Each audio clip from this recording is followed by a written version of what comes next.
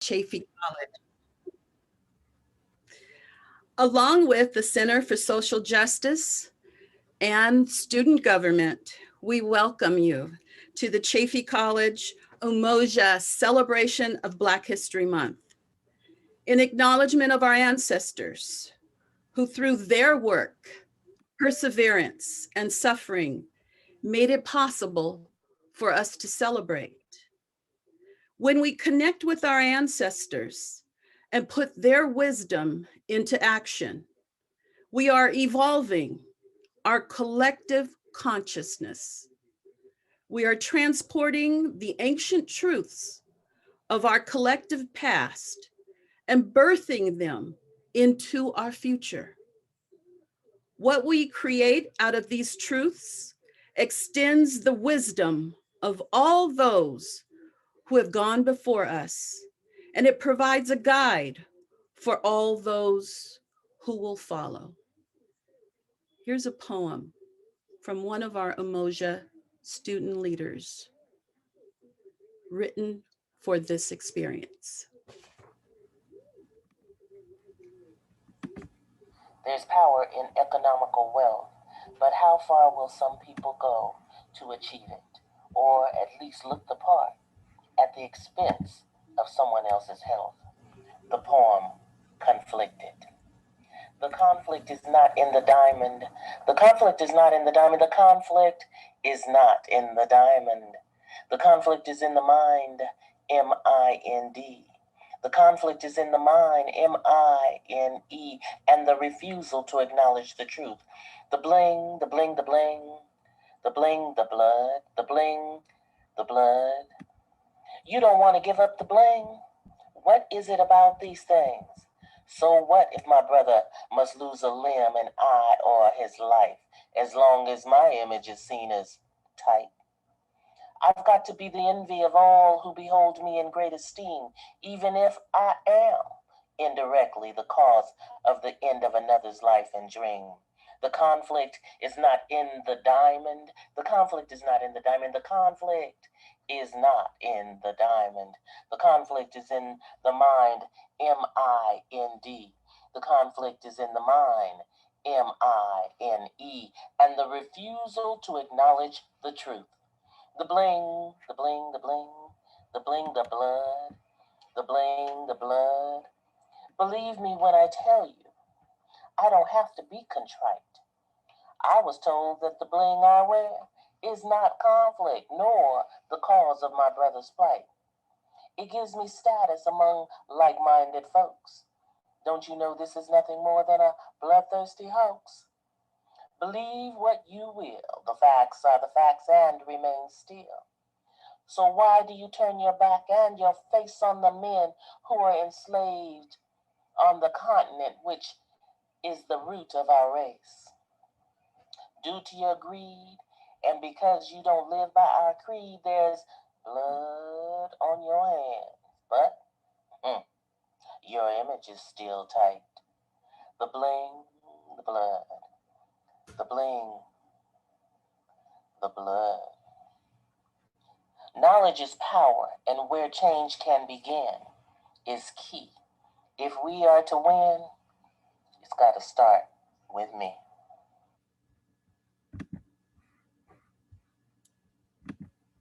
So we're going to do some virtual hand claps for Miss Linda Jenkins. Thank you so much. So we have a real treat today. We have our Devon Walker, who has been to Chaffey for 3 years now. So I'm going to read his bio to you guys. So Devon Walker, California native, Devon Travell received his degree and passion for education for the University of California, Davis. Since 2012, Devon has worked with scholars and community-based organizations to increase the college-going culture in under-resourced areas.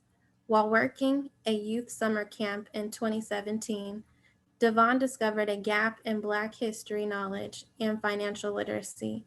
He created Black Wallstreet, the board game, to fill this gap. While he is not being of service, Devon enjoys writing, traveling, and eating good food. So I present to you Devon Walker.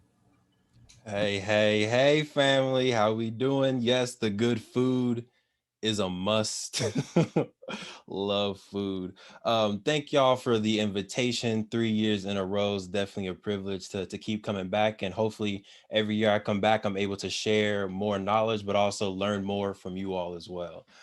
So I want to do a little bit of an introduction. Y'all got to listen to the bio, which is always an awkward moment for speakers when someone else reads the bio. But if y'all can introduce yourselves in the chat as well. If you can please say, your name, where you're from, and then things that just make you smile. As you can see to the left and to the right, if you're looking at the real screen, I like smiling. I'm a genuinely happy person usually. So what are things in your life that really make you smile? This can be people, right? Your loved ones, your parents, your scholars. This could be moments that have happened in your life. These can be activities or hobbies that you do that really just pour into your cup. But as we step into this space, please go ahead and share a little bit about yourselves and what makes you smile. So today, Play Black Wall Street Academy for our Emoja community. We do have a special sale, of course, on our website where you can get all Emoja stuff or all stuff for 15% off using the Emoja code. But for today, this is the overview. All right, and I may circle back to what the intro question was as we get more amazing energy coming in here. I see folks still finding their way. I love it. Right now, we're introducing ourselves in the chat. Go ahead and say what's your name, your preferred name. Also, go ahead and put where you're from and what makes you smile or what makes you happy. Go ahead and put that good information inside the chat just so we can get to know each other. But overview of the day, intros. Actively doing intros right now. Hopefully y'all are learning more about your colleagues. Number 2, we're going to be learning about Tulsa's Black Wall Street. And because this is the 3rd year in a row, I expect some of y'all to almost take over this presentation and be able to say this part a little bit. But we're also going to dive into a little bit of history that I didn't cover the first 2 times when I came to Chafee. Number 3, we're going to go over our journey on how we created Black Wall Street, the board game. It's going to be an overview journey, but if you're like a aspiring game design, you're like, Devon, I have 3 game ideas right now. Help me. Feel free to ask more like detailed questions, and we can definitely get into the nitty gritty on how we designed it and actually got it to market. But we keep it high level because not a lot of people are interested in games. But if you are, please ask questions. Number 4, we're going to do the 7 steps to launch your business, right? And these are my 7 very streamlined, simple steps. No matter what type of business or industry you are going into, you can do these 7 steps. We're then going to go out into some breakout rooms and get some engagement and get some great ideas that you all have in your head and get it down on virtual paper. And then y'all can present that back. And then we're going to go through the seeds of freedom, open Q&A, and then of course I wouldn't be a game designer if I didn't have some type of game in the agenda. So we'll play a Kahoot game at the very end. If this agenda sounds okay to you, go ahead and give me some type of emoji reaction, or you can put on a filter if you want to be extra fancy. There we go. I see the hand claps. Thank you. And I see the thumbs up. See you. Thank you. Oh, a heart. Come on, Kim. Thank you. Oh, and thumbs up. Yes, high fives. Love it. Confetti, Kevin. Come on. Don't spoil me, y'all. It's too early in the presentation to spoil me like that. All right. And in case you just came in, we are still doing intros. Feel free to introduce yourself in the chat. Go ahead and put your name, where you're from, and what makes you happy. Now, Black Wall Street, specifically Tulsa's Black Wall Street. There are Black Wall Streets across. There has been one in Chicago called Bronzeville. There's one in Florida called Rosewood. There was Seneca Village in New York. So there's been other Black Wall Street communities. But today we are specifically talking about Tulsa, Oklahoma, AKA Greenwood. Anyone care to go off of mute and share what they know about Tulsa's Black Wall Street?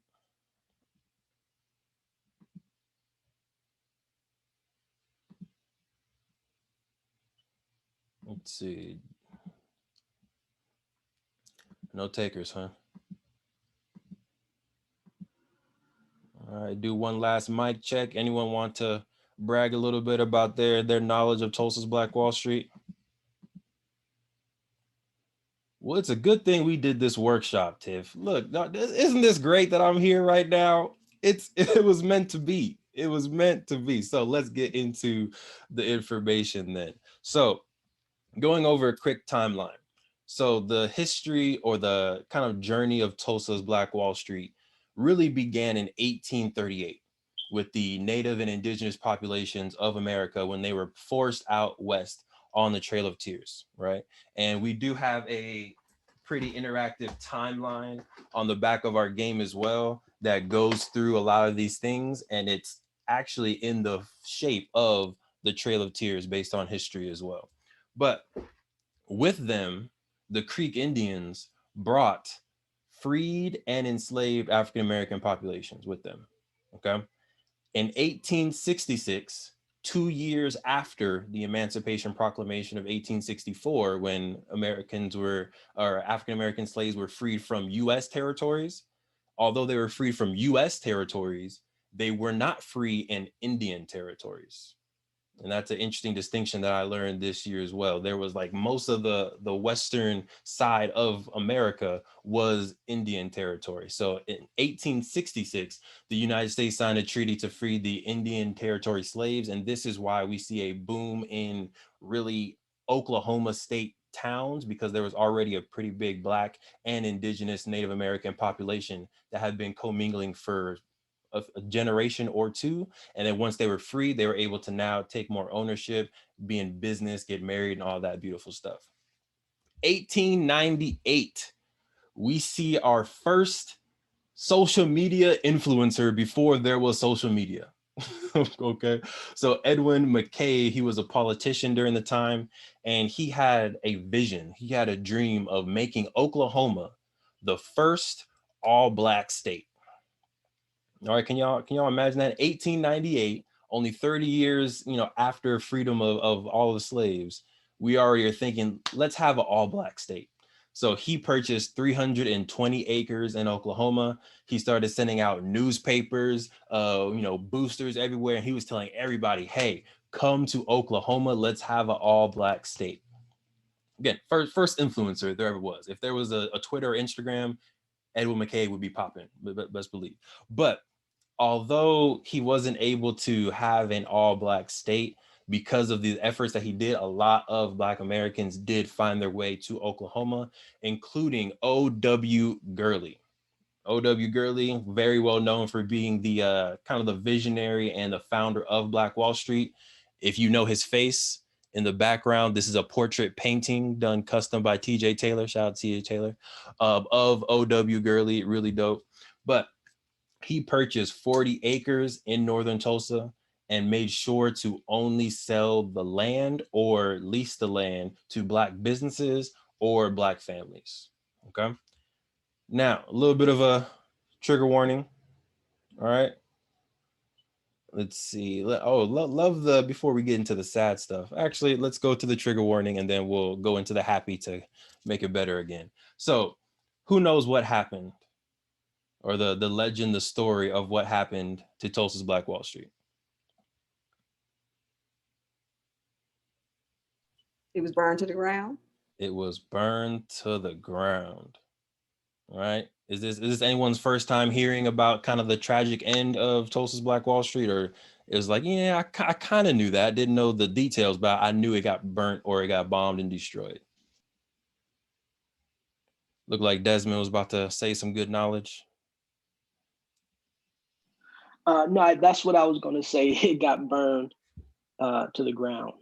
There were some, and it was because of racism, and you had, I don't want to steal your thunder, but from what I know, you had Black folks trying to, well, actually not even trying, but successful business men and women, and you had racist white people burn their things down. Yes, thank you. No, you're not stealing anyone's thunder. I'm happy to share all the thunder there is. I appreciate you. Thank you. Anyone else care to share their 2 cents on either the history of Tulsa Black Wall Street or what you believe to have happened in 1921? Okay, so I'll go through the high level story. The high level story is obviously Tulsa as a city in the South was a highly segregated city, which was the reason why a Black Wall Street or a northern Tulsa had to be created, because as a Black patron, as a customer, as a mom, as a dad, as a student, I couldn't go into any of the white restaurants. I couldn't even use any of the white bathrooms. I couldn't, drink the water, any of that stuff. So in the side of town, in downtown Tulsa, there was only really one Black bathroom that you were able to use as a Black person. So this young man, Dick Rowland, was trying to go to that bathroom. He was stepping into the elevator where young lady, white woman, Miss Page, was the elevator operator. The story goes that as Dick Rowland was going into the elevator, maybe he tripped, maybe he, fell a little bit, stumbled, but he touched or ran into Miss Page. And this was seen by people looking in. And then once he reached the top of the building and was going to the bathroom, he was seen running out of the elevator, and Miss Page, story says, she was screaming. Okay, so this is the circumstances of kind of what led to it. You cannot say that part without also realizing how much wealth was being accumulated in the Black community as well. Right. So this was definitely a kind of a tipping point and a very sharp catalyst. But for years, the Black community had been accumulating wealth, started a bus route, businesses, had airplanes, and had a certain amount of wealth that even, white folks in the South didn't necessarily have. So you have the wealth being built, and then you have a Black man who is reportedly to attack a white woman.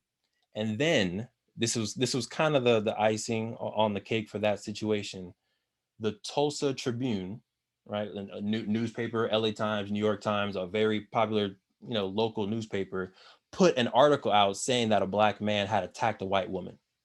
Before they knew the facts, before they had any witnesses, which later on Miss Page did not testify and Dick Rowland did not go to jail or stand trial, but they put this out into the news, and now all the white community around Tulsa was coming into Tulsa to make sure that this didn't happen again and to protect the honor of this white woman. All right. Another thing to note is back then, Black men were not able to have guns legally unless they were veterans. The Tulsa community had a lot of veterans. Okay. So when Dick Rowland was sent to jail, he was arrested and the mob was outside. This community of veterans was not going to let this young Black man get lynched. So this whole community of veterans went there with their guns with the intention to only protect Dick Rowland. When the white mob was there as well, there was a little bit of commotion, a little bit of fighting. It's reported that one of the white men were saying, "Hey, what are you gonna do with that gun?" N-word, right? Trigger warning. We're in a safe space, hopefully. And he was like, "I'm gonna use it if I have to." And they replied, "No, you ain't." Try to snatch the gun. A shot went off, and then another false report saying that Black men were attacking white people in Tulsa went off. Then more white folks came to, again, protect, quote unquote, protect their community. And then they went through the Tulsa community. And first, the local police deputized all white men. All right. So that's like LAPD coming in, or, New York PD, Atlanta PD coming in saying, "Hey, all white men, you now have the power of a police officer. What you need to do is go arrest every Black man." All right. I learned this year. I was like, wow, that is crazy. The power that police are just bestowing upon folks that they don't know. There's no, check. There's no application. It's just, you're a white man. Here's now the power to be a police officer. And your number one priority is to arrest all the Black males. All right.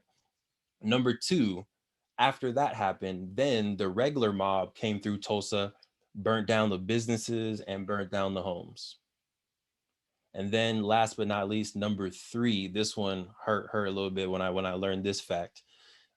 After that, almost all Black families, because you had no place to live, right? Your house was just burnt down, your business was just burnt down. You were then taken to internment camps, right? These are American citizens that did no crime, lost their home, and now being put into internment camps. And once you were freed, quote unquote, from this internment camp, and they were only freed because the white businesses started to decline, and they were like, we don't know why our businesses aren't working. Oh, that's because our employees, the people who are working for us, people who are creating the wealth for our community, are now all in internment camps and they're not working. We need to get them back to work.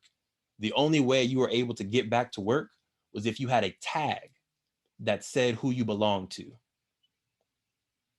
So I think the most disheartening part about the more and more I learn about this, is that there was this amazing, vibrant community that literally built wealth from the ground up. And then within a generation, that entire wealth was not only stripped from them, but then they were also almost labeled as property all over again. Right? So I'm gonna take a pause there. I know I went through a lot of information, a lot to digest. I'm sure a lot of emotions. Any reactions or thoughts to the history and kind of the process of Tulsa's Oklahoma Greenwood? Wow. Yeah, just the process, the strategic, systematic process that was that they took in order to cause such just to really I mean take the city over in a way, and then get rid of those murder those families and buildings, and mess up a lot of messed us up economically in a major way. Just a systematic approach that they took to be successful in that with that process it's really amazing. Right. Thank you, Desmond. Yes, and for me, it's disturbing to be 60 years old and just now learning the full story. Since I've been retired, I've been learning a lot of full stories. I have 3 young grandsons, and I will make sure they learn these stories before they turn my age. Thank you. That's all we can do. We got to make sure if we get the good information, we pass it on to the young ones. I appreciate that, Miss Kim. All right. Anyone else thoughts, reactions to just the story? We're not done with the story. All right. The story still continues, but from what we've shared so far.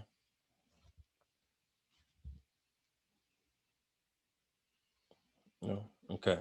So I will say that after, folks were able to get quote unquote freed from the internment camps, there was an organization by the name of the Red Cross that a lot of y'all I'm sure know that did help out, and they were sending, medicine, they were sending food. A lot of the Greenwood community, they started living out of tents instead of the internment camps, and they started building their homes back, started building their churches back, started building their businesses back. So between 1921 and like 1940s was a real almost rebirth of Greenwood, and they almost got it back to where it was back in like 1920, 1919.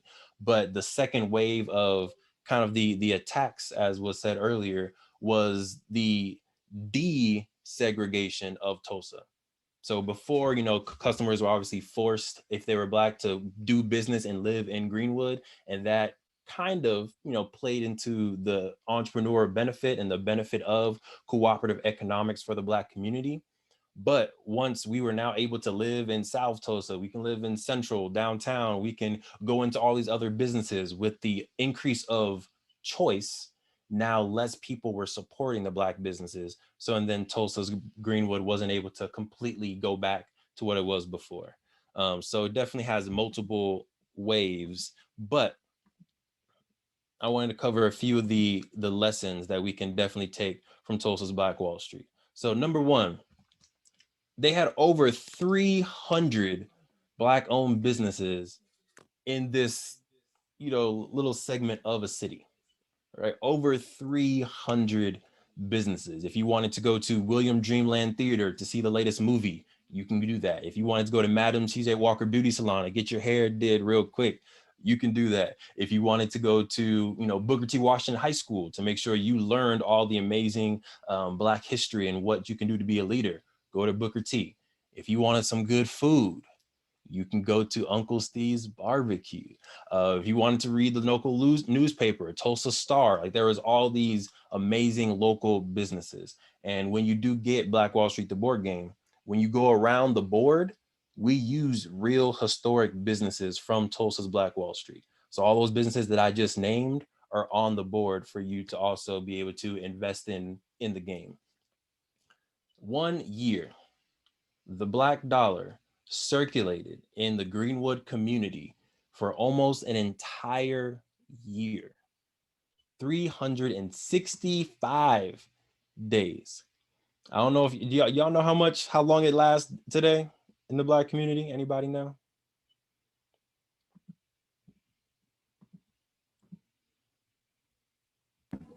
Ten days, I guess. 10 days. 10 days would be powerful. It doesn't even make it a day, does it? I don't even think it doesn't even make it 24 hours, Miss Johnson. Miss Johnson, it doesn't even make it 24 hours anymore. So strategically, we need to start thinking, how can we make it to Tiffany's point, how can we make it to the Black community, the money stays in 10 days? Like, let's do small steps. Let's not just try to skip from 23 hours to 365. That's a big leap, but how can we make it a week? How can we make it 10 days? And that's going to be, one of my challenges for you. One of my calls of action for you is, how can you find 2 to 3 Black businesses to support on a consistent basis, right? This is your laundry detergent, your soap, your fashion wear. This is maybe where you buy your glasses. How can you find just 2 to 3 Black businesses? Not crazy. Nano Foods has really good ketchup and barbecue sauce, but how can you find really good Black businesses to support on a consistent basis and just start building your kind of portfolio of Black businesses that you support? And then as you support them, as you're rocking your Rare X t-shirt that supports foster youth, as you're rocking your focus and frame glasses made by a Black couple in Atlanta, if you're, have your stuff, you can promote it to your friends and your family, and that helps circulate the Black dollar even more. And then lastly, Greenwood Rising. This is a current project going on right now in Tulsa, Oklahoma. They are building a state-of-the-art museum and cultural hub at the very entrance of Greenwood to basically pay homage to the legacy of their ancestors, right? So we had the opportunity of partnering with them, where we were donating funds to support the construction of their museum. So all of our board game sales, like, we donate to them in order to support this project. So again, you can go to Greenwood Rising and you can support directly, or you can also head to our website as well, and your purchase will also help this amazing organization. If you don't know, this year is the 100th year of the bombing of Tulsa.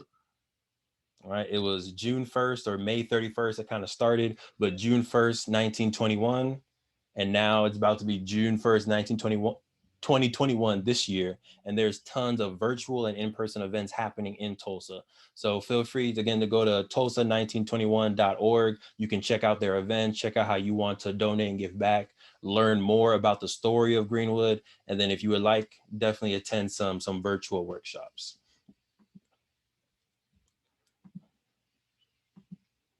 Okay, so our journey, and before I get into our journey, I saw the chat going. I want to make sure I didn't miss anything. Okay, nope. Thank you, Ms. Johnson. I appreciate you. You're great. Okay, so Black Wall Street, the board game. And Tiffany already alluded to it a little bit, but we created this 2017 when I went to a Village Nation camp. And for those that know, Fluker and the Village Nation team, really dope and great work that they've been doing for years. But they take students from Los Angeles area and the Inland Empire. Hey, yeah, y'all from IE, y'all know Rancho. All right, from Rancho, Moreno Valley, San Bernardino, all those places. And we go up to Big Bear for a week. No internet, no social media, and text messages barely get through because the reception is not it up there, right? So we're really locked in to whatever curriculum and to the folks that we're working with. The focus for this camp is usually Black and brown love, because folks are coming from the inner cities and we're trying to reduce the amount of tension we have between our communities, because it should be nothing but love. We come from the same cloth. And also how to deal with your trauma from your household. And then obviously what's your future going to be, right? Are you going to college? Are you starting a business? Are you trying to work on your athletics? These are the three. As a part of the camp, you need to come up with a camper name, right? And I kind of want to see what folks were going to choose for their camper name inside the chat. But this camper name, everyone needs to call you this name, right? It doesn't have to be your real name. It can be literally everything. It can be princess, it can be king, it can be fairly, it can be Harlem, it can be Batman, Superman, whatever you want to name. And the point of that is to embrace who you want to be or who you actually are, and remove yourself from the trauma at home when people call you your real name or people call you a different name that can, obviously leave some psychological marks. So if you're stepping into this new safe space with your own camper nickname. So go ahead and put inside the chat, if you were to go to Village Nation Camp or, Umoja Camp, what would be your camper name? And while y'all think of the creativity, I'm definitely going to go through the list in a second. I want to see these. So my camper name, if you can imagine, was Black Wallstreet. And this was before I created the game. This was before, like, I only had one business at that time and it was making $0 really. So, I mean, I wasn't like a huge entrepreneur, but I loved the concept of Black economics and I love the concept of Black entrepreneurship. So Black Wallstreet vibed with me. Now at this camp, I'm telling y'all, no one except Fluke, no one knew what Black Wallstreet was, right? The students, high school, middle school, they were like, Black Wallstreet, I don't get it. The counselors like, is that like Wall Street, but only Black owned companies? And like, no one knew what it was. So what I did was, I called the queen. At the time, she was my fiance, but now I put a ring on it now. Thanks for saying yes, queen. Appreciate you. I called the queen and I was like, hey, I got this idea for a board game. It's, Black Wall Street board game talking about the history. And she was like, that's a great idea, but I feel like it already exists. Like, it's too good of an idea for it not to be real already. And I was like, yeah, you're probably right. So I hopped on the Google, right? The Google is your friend, y'all. I hopped on the Google and I was like, Black Wall Street game, Black Monopoly game, anything, Black finances. And y'all would be surprised. This is 2017. The ignorance that I saw when I searched those terms was very disheartening, y'all. Like, I saw, go to jail, baby mama drama, games based on drugs. It was just all the negative stereotypes of Black folks. It had nothing to do with the actual legacy of Black Wall Street. So that fueled me even more. I was like, oh no, like, this is not it. We gotta step this up. We gotta make a game about Black excellence. So that's how we kind of went through our process. Now, this is a family fun game representing Black excellence and teaching financial literacy, right? So again, it's based on real Tulsa businesses. As you go around the board, you have two choices as a player. If you land on Madam CJ Walker Beauty Salon, you can use it as a customer, get your hair done real quick, do your thing, get a press out, get a braid, get some locks, whatever you want to do, right? Or you can buy it as an owner. And now you own Madam CJ Walker Beauty Salon as a sole proprietor. So if someone else lands on it, they now pay you. If you want to invest in your business, you own it as a sole proprietor first. You then can reinvest in your business to make it an LLC, limited liability company.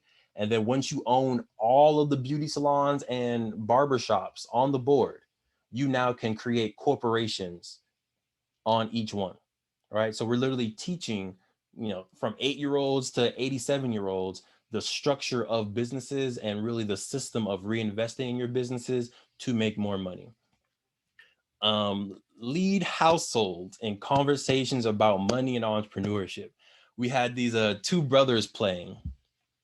They're rolling. I think they were landing on, I think either Uncle Steve's Barbershop or Carter's Barbershop. But they kept landing on the same business over and over again. And they kept just using it as a customer. And it was like the 5th or 6th time that they landed on as a customer. And then this 9-year-old was like, man, I should have just owned it.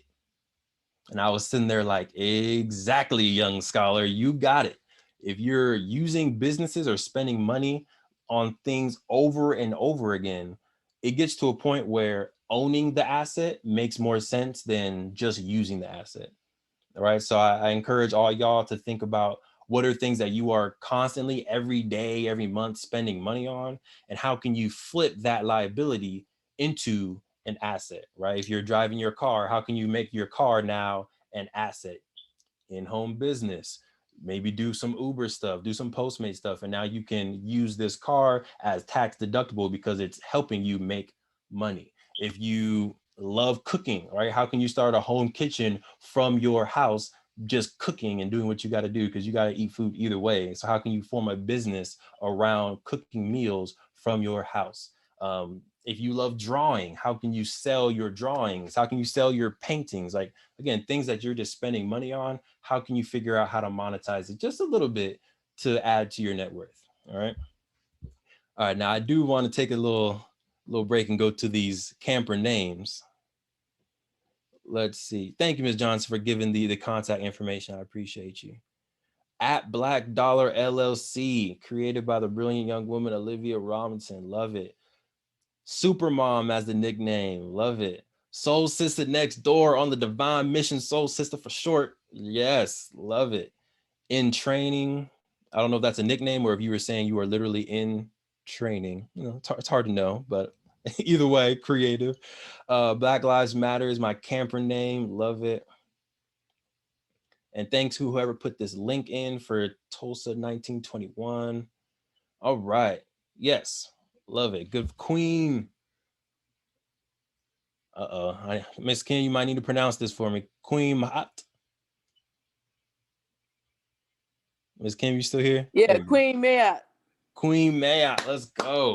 Love it. Love it. Egyptian Queen Mayat. Yeah. There it is. All right. So I'm taking a little pause. We still got a lot of good information to come. But while stuff is Black King, Queen, wealth creation, love it. Any questions or thoughts that folks want to share thus far? We covered a lot of info, so I just like to give little breaks for digestion and some thoughts. Hi, this is Linda. Hey, Linda. And hi, and you were talking about ownership and Black Wall Street and the repetition of the dollar in the community. And so I just posted. That's the app that I posted. Black Dollar Inc. LLC is an app for all Black businesses nationally. So you can go there and find, Black businesses that you can utilize. So that's what that's why that's there. Love it. Thank you, Miss Linda. Share resources. There's also, We Buy Black. You can go to their website. There's I think Shopify has like a Black section as well if you have the Shopify app. What else is there? Yelp had like a search by Black owned as well. So there's definitely a lot of different resources you can do if you're trying to make sure your dollar goes to supporting the Black community. Even if you are an ally and you just want to, support local businesses, it can definitely go a long way to helping create jobs and safety for the community. So thank you for that, Miss Linda. And Etsy. Oh, I didn't know about that one. Etsy too. Nice. Okay. Any other thoughts on maybe things that we can do as allies or in the Black community to strengthen the Black economics? Devon, can you talk a little bit about partnership? I know that, the entrepreneur spirit is definitely alive and well in this generation. Just would love to hear your thoughts about how can we be better partners and supporters to each other and to various businesses that folks, even if you're not the visionary person, but maybe the person that is able to do things or just different ways we can partner. Yes, ma'am. I got you, Miss Katrina. I'm looking around because, there it is. So First of all, don't judge me. I'm about to show y'all something because we family. All right, is that cool? Can we be family, Miss Tiffany? All right, cool. So I'm not sure if I've showed this to Umoja before, but this is why partnership, Katrina, is needed 100%, because we cannot do everything like immaculately, right? So I am not an artist, right? A drawing artist, a painting artist. I am not an artist. So when I first came up with this idea for the game, I needed to create my MVP, minimum viable product. And everyone should to try to create an MVP as fast as you can for as cheap as you can. You want to make your idea real. So in my grandma's house in Moreno Valley, shout out to Grandy, this was the MVP that I made. Right here, still got it. Cardboard box, right? Because I just moved in. Cardboard box, markers. For all the cards, I use PowerPoint. For the pawns, I use thumbtacks. And for the dice, I just grabbed some dice. All right. This was the first ever edition of Black Wall Street, the board game. Now, could I have taken some courses? Could I have taken my time and like, you know what? No, I want to do it all myself. I'm going to learn graphic design. I'm going to teach myself how to draw. I could have done that. And I tell you, we wouldn't have released the game until yesterday. So what I did was, I have a good friend, Markel. He is the founder of the Rare X brand. So this was before he started his clothing company. He's always been good at graphics. Back in college, all the flyers, all the graphics was done by him. So I reached out, I was like, hey, Markel, I have this idea, but I can't draw. Can you help me? Can you figure out how we can make this into a reality? He was like, yeah, I got you. Send me whatever pictures you need. Send me like the idea and I'll make it for you. And I was like, cool. This is what he created. So again, I want you to, the importance of partnership. You can do things by yourself, but it may take longer and it may not be the highest of quality. So if you know people, in particular people that you trust, that's why network is important. That's why I love Umoja, the conferences that y'all do, the student leadership summits that y'all do. Like, you're literally helping students build those connections and build those trustworthy connections to where I feel comfortable saying, hey, Markel, can you help me with this? And not think he's going to steal my idea. Right? That idea never crossed my mind with Markel. He's going to steal my idea. He's going to do the own board game and I'm not going to get any credit. Wasn't an issue. You know, so we became partners in Black Wall Street, the board game. We're working on the 2021 edition right now, which is looking amazing. I can't show you any sneak peeks yet, but it is looking amazing. I see you, John. Don't laugh at me now. It's looking amazing. And again, partnering with Markel. So we're partnering as a company. Was that a good enough example, Ms. Katrina? Cool. Glad I could help. Partnership. You definitely need to network with folks and use other folks' talent and, you know, pour back into each other's cup as best as possible.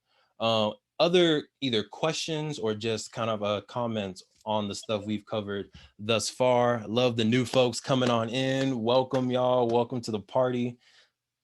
But any other interesting thoughts or questions?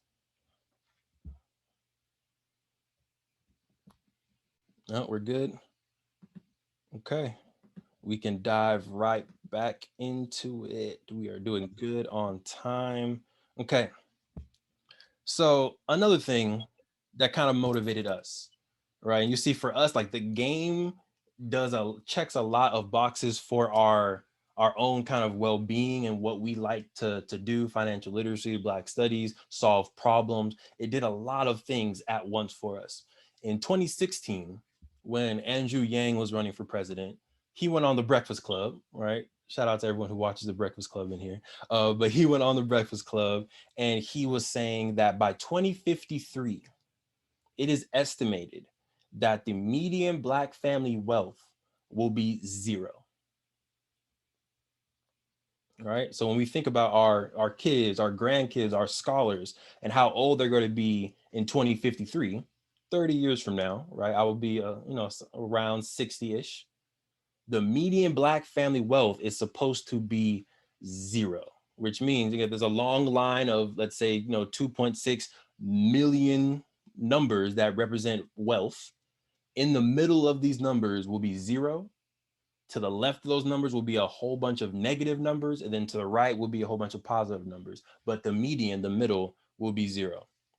The current net worth of the average African American in America is $17,000, while the average net worth of a white American in America is $170,000.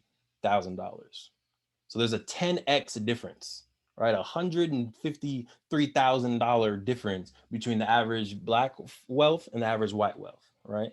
So what do y'all think is causing this difference in wealth? Either what's causing the difference in wealth, which there are some obvious answers. Feel free to give the obvious answers as well. But what's causing the decline of Black wealth overall?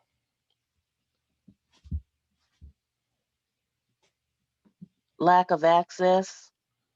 Nice. Lack of access to, Lack of access to health, education, money. All of that is that contributes to the lack of, and we're starting at a deficit. So when you start from behind, you have to even catch up and then go from there. So that's what I feel it is. Yes, ma'am. Thank you, Miss Linda. And Linda, you've been highly engaged. I appreciate you, and I know you got some folks back there. So, Miss Johnson, can we go ahead and send Linda the free game link? Yes, we will. Linda, I'm gonna send you a message in the private chat. Bless your heart. There we go. We gave away our first game today. We love to see it. I'm known for being too friendly and giving away too many games, so I'll try to keep it to just 5. Appreciate it. Of course. All right. Anyone else, their thoughts on why the wealth is going down for the Black community, or specifically just why there is a gap? Well, I placed mine in the chat, and the number one thing I see is those of us who are not identifying as Black. That takes the number down when you say I'm not Black. That's a whole nother conversation, Miss Kim. That is a deep one right there. Folks not even identifying with the Black community. That's a good deep one. Miss Kim, you're on a phone. I don't know. Do you have chat on your phone, Miss Kim?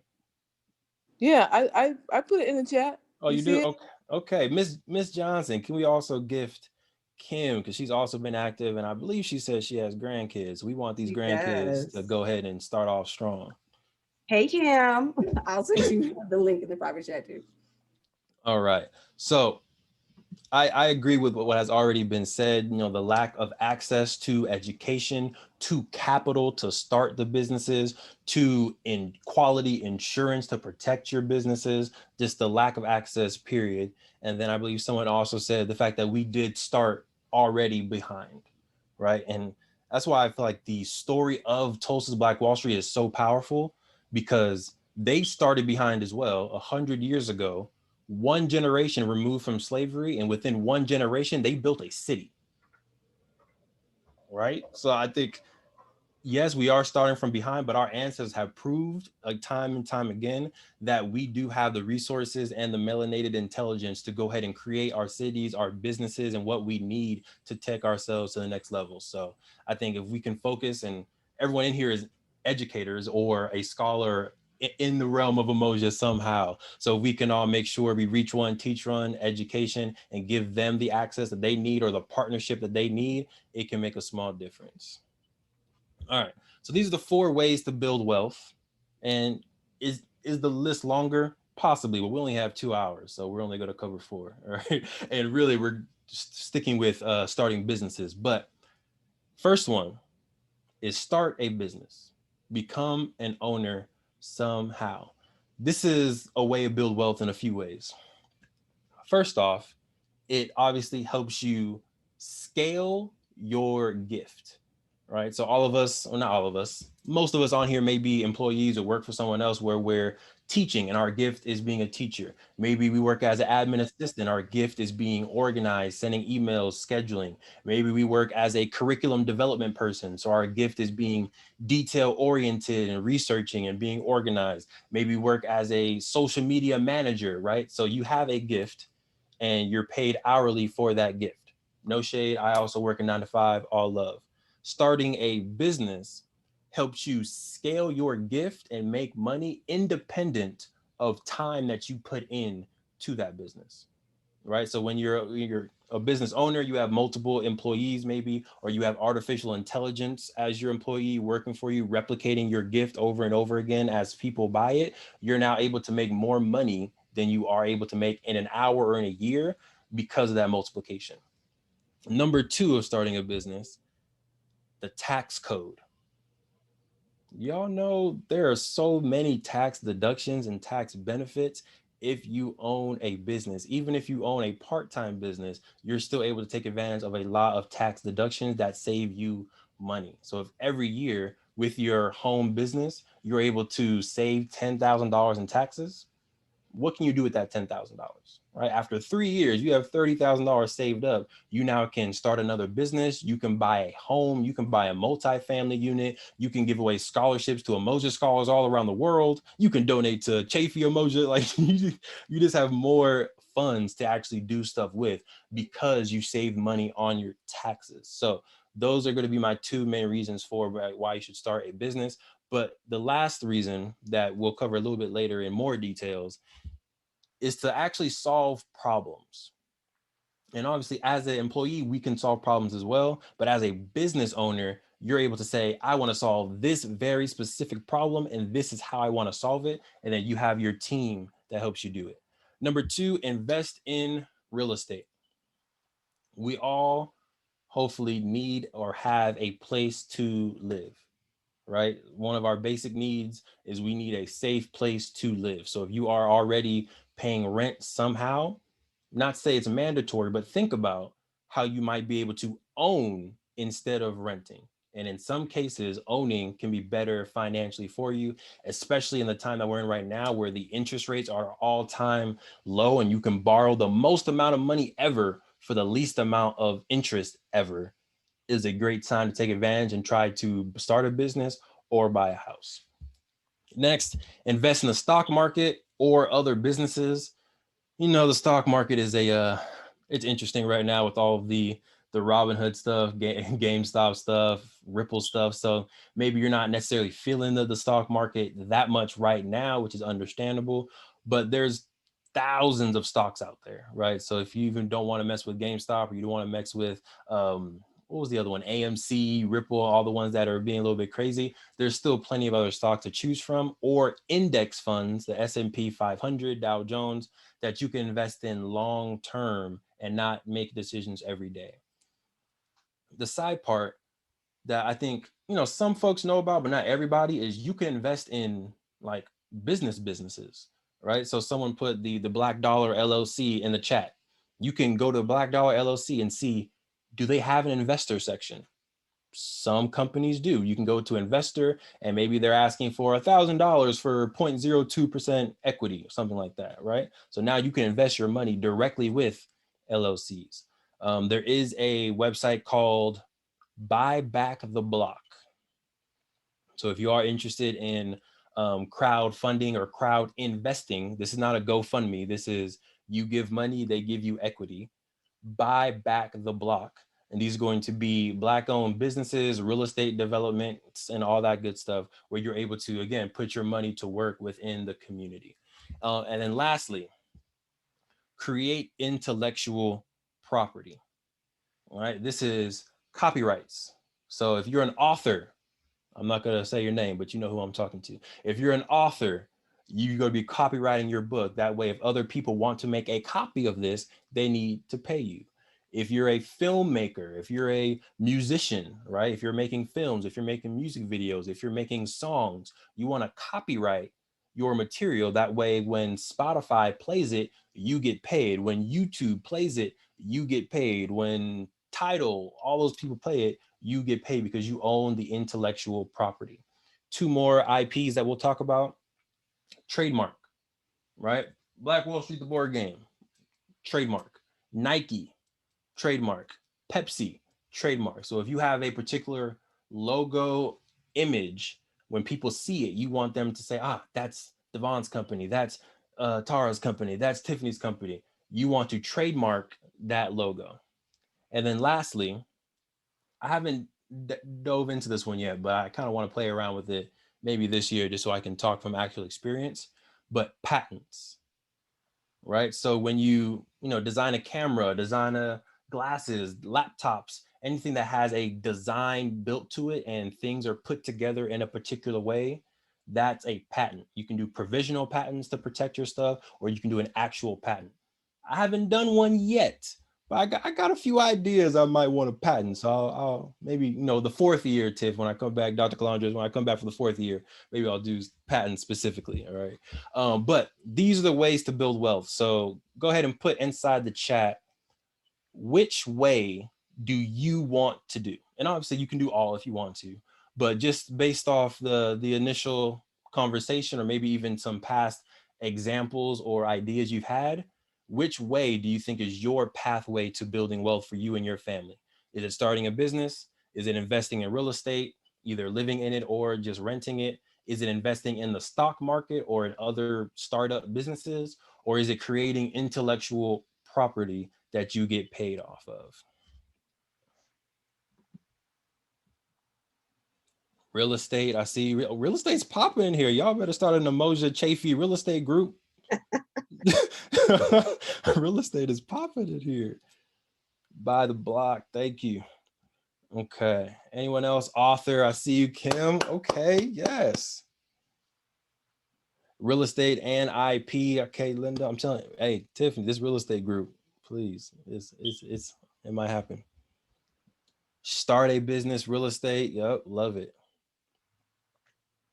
Stock market in all caps. I see you, Kevin. You ready? Kevin's ready. There we go. All right. So we are almost getting to our breakout rooms. By now, everyone should be assigned to a breakout room. We're not going to go yet, but just doing a nice little weapons check. I know breakout rooms are going to be automatic, but if you can make sure myself, I am not in a breakout room, that way I don't get teleported in and can't escape. It has happened. Appreciate it. All right. So these are my 7 steps to launching your business. So feel free, if you are interested in starting your real estate investment firm, your publishing company, Ms. Kim, your stock market company, or your what's it called, hedge fund, Kevin, go ahead and write this stuff down. So number 1, identify a problem. All right, so business entrepreneurship is about solving those problems. Amazon, the problem was there's all these books in the world, but I need to actually go to the bookstore, and the inventory at the local bookstores isn't always that good, right? So I'm gonna do a global bookstore online where you can buy your books from all over the world in one place. And obviously it's really developed since that initial problem and solving a lot more problems, but it started with that first initial problem. Tesla, the fossil fuel uses of gases going up, and we need to make sure we are protecting our planet. So I want to create a zero emission car that's also cool, but uses electricity. Problem solved with Tesla. There's not a good central place to be able to support and find Black owned businesses. So we have companies like We Buy Black, Buy the Block, the Black Dollar LLC, all these businesses that are solving the problem of how do I find and support Black businesses. So number 1, identify what problem you want to solve. Number 2, discover and be confident that the second part is probably harder than the first part, but discover and be confident in how you are uniquely able to solve that problem. All right, so thinking about financial literacy within the Black community, that was the problem that I wanted to solve. I was uniquely positioned to solve it because of the creative design of doing a board game. There weren't back then board games built on teaching financial literacy, and also just my ability to take and consume information and then translate it in a different way. All right, to be able to take dates, to be able to take facts, business names, and figure out how can we gamify this was my unique way of solving that problem. All right. Number 3, identify who And in the who, try to be as specific as possible, but identify who has the problem, right? So when we think of, again, financial literacy, we were focusing on Black families that have at least one kid ages 8 to 15, right? When we were first launching, that was our specific demographic, right? And maybe you don't have to be that specific depending on your product or your service, but the more niche that you can get, the easier it is to market, the easier it is to do, you know, targeted Facebook ads and Instagram ads, and then just the easier it is to build a community. Because if you're in a niche, then these people have already common traits. So if I'm like, hey, you know, we want to empower your kids, and I'm marketing to everyone who has kids, they can relate, right? Number 4, define the product or service. All right, so you're gonna want to be a little bit specific here, but you identified the problem. You said how your unique gamification, you said who it is, families. So now what's the product? Okay, the product is a board game. The product is a website where you can buy books. The product is a car that goes from 0 to 60 in 2 seconds and kind of hurts your head neck a little bit. Just kidding. I've never driven a Tesla, but I've seen the YouTube videos. All right, so define your product, or it can be a service, right? I will do your bibliography for your book. Kim, I'm not saying I will do your bibliography. That was just an example, but I will do your bibliography, or I will make your title page. I will make your website. I will manage your schedule and your calendar. Like, you can do a service or you can do an actual product. Number 5, I see you, Miss Kim. Thank you. Number 5 is create your MVP. Create your cardboard board game. All right. Don't worry about judgment when you're making your MVP. Don't worry about making it, you know, the prettiest and the most perfect ever. This is a first draft and will, you know, go down in the history books as your first draft. But you need to get this idea into the world, into the universe, get it physically, get it in a Google Doc, whatever you need to do. So, you know, if y'all writing that book, just write out your first draft. There's going to be revisions. Definitely. I'm a writer too. I know there's going to be revisions, but get your first draft done, sit back, and then read and edit your first draft. That should be your step 1. If you're trying to build an app, there's low code or no code platforms where you can build a framework for your app and how it works for free without having to pay $10,000 to a coder to make an app that you're going to have to edit anyway, right? So again, how can you make a minimum viable product? And number 6, we're almost done. We're almost done, y'all. I got you. And then we're going to go into breakout rooms. So number 6, define your business model. So this is, how are you going to get paid? Okay. And, you know, you have to figure out a successful or a profitable business model in order for you to keep solving your problem, right? So even if you're thinking of a nonprofit way, that's perfectly fine. You still need to think about, as a nonprofit, how am I still going to keep the lights on, right? What grants am I applying to? What donors am I asking for money? What items am I selling as a nonprofit that fund our business, not profit, right? And this can be business to customer, which means as a business, I'm selling directly to customers. This can be a business to business. So as a business, I'm selling to Chafee, I'm selling to Google, I'm selling to school districts, right? Not the end user. Or this can be a social media platform that does user generated content, all right? That's our Instagram, our Facebook, our YouTubes, our Twitter, all social media. They generate user generated content.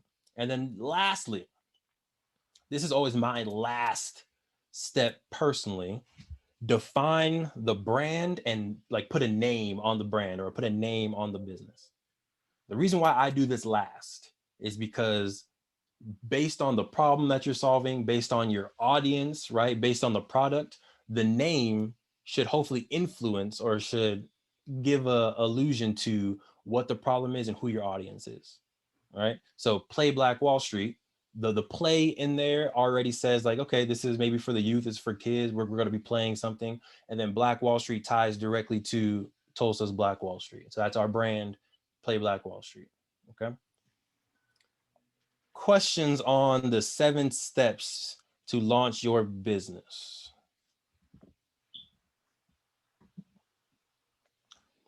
I actually started business, completed LLC and everything, then COVID crushed it. So you can still launch, especially if it's a publishing company, you can still file your LLC paperwork and start your LLC, right? Especially if you're self-publishing, you want to sell stuff on Amazon, you want to sell stuff on Lulu, you want to sell stuff on your own website. Actually, this was a fitness business, and I crushed it right before they were trying to charge me $800 for the taxes. So, yeah, I had to let it go. It's all right though. I'm gonna do the book thing now. You have to go the path that you led, you know. So I Yes, just ma'am. crushed that and went a whole different, route. Is it a fitness book? Nope. It's a book for kids in the hood. I'm gonna tell some of the stories of my growing up in Watts. Yeah. So it's not. Gotcha. Much success to both ventures. COVID is not forever. The fitness thing will come through too. That's true. Thank you. Yes, ma'am. All right. Any other thoughts on the 7 steps, or if folks do have businesses that they want to share themselves before we go out into the breakouts? Yeah, I thought the what you had up here was well, the screen went away. I tried to screenshot it. I felt you doing it, so I took it down. I'm just kidding. There you go. Yeah, there it is. I thought that was well explained. Thank you. Because we get caught up in a lot of I want to start a business, but it's taking simple steps to launch it, and we have these ideas, and so I thought it was well explained. I started a company, and it's a disinfectant services company. I've started companies before in the past, but I did see a big need for this type of service, and I'm excited about it. Love it. And did you start this during COVID, or you had this before COVID? During COVID. It's the company is called Right Way Fogging. You may put in the chat box. Yes, definitely. Go ahead and rep your business. If y'all need some disinfectant, which I mean, it's COVID, so I'm sure y'all are hopefully cleaning as much as possible. We now have a Black-owned business that can support your disinfecting needs. Yeah. Thank you. Oh, yeah, of course. Okay, so this is going to be the activity. And we identified problems. These are fabricated problems, but there's still problems that are actually happening right now, right? And we want you all to form a business around these problems. All right, so business, y'all can choose which problem you want in your group, but the 2 problem statements are: after COVID-19, the African-American enrollment in California community colleges has dropped by 37%. That is the problem. And we want you to create a business that solves that problem. Or secondary problem is the next wave of the economy will rely on computer technology, and yet African-American youth have the least access to technology. That is the problem statement. And we want you to create a business, a product, service, event that solves this problem. Okay. So I'll leave this up for a second for folks to be able to see that. You're going to be creating a business model canvas. All right. It sounds complicated, but it's these 7 steps that we worked out, but visual, right? Because people are different learners. Sometimes they learn by just listening to it. Sometimes they learn by a list, and sometimes you learn by actually doing and creating a business model canvas. And this is going to go through the 7 steps on how to build your business. So if Ms. Johnson can put the Jamboard link inside of the chat, that would be highly appreciated. In Jamboard, and I will show it in a little bit after folks kind of get these problems ingrained and are able to make a choice. In Jamboard, you're going to go to your team. So we're going to put you in breakout rooms: team 1, team 2, team 3, team 4, team 5. If you're on team 1, then please go to Jamboard number 1, team 2, Jamboard number 2. The list goes on.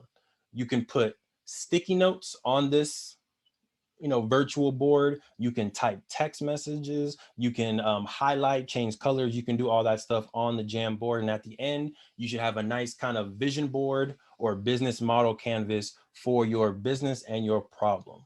All right. So I'm gonna stop sharing this one really quickly just so I can show you the actual Jamboard. But are there any questions about that while I get it up? This is Professor Johnson again. I love the business model canvas. I taught entrepreneurship. Hey. And the book is actually free, the business model generator. So before this is over, I'll put a free link to the PDF. They've made that an open educational resource because it's such an amazing resource. So I will put that link to the free ebook in the chat by the time we end. Bless your heart. You chose this session on purpose. I love free books. I love free books too. Oh yeah. So this is what Jamboard is going to look like. So you should see the screen, and we're going to break you out into breakout rooms so you don't know what team you're on yet. But if you go to this text box, click it, you go here, low enrollment. You go ahead and click whatever the problem is that you're doing, right? You can put sticky notes on here as well, and you can place the sticky note wherever you want it to go, all that good stuff. All right, so I'm gonna delete this. Sorry, team 1. I don't mean to steal your thunder. All right, so if you are on team 2, just click this arrow, boom, go ahead and go to team 2, team 3, team 4, and so on and so forth. All right, and then after this, hopefully we'll have a little bit of time for folks to go ahead and share their brand. Go ahead and you can change this to whatever your brand name is that y'all come up with. Okay, sound good? Cool, Tiffany, we got the rooms good. We have 17 people. Yeah. Okay, I'm gonna stop the recording so we can go to the rooms.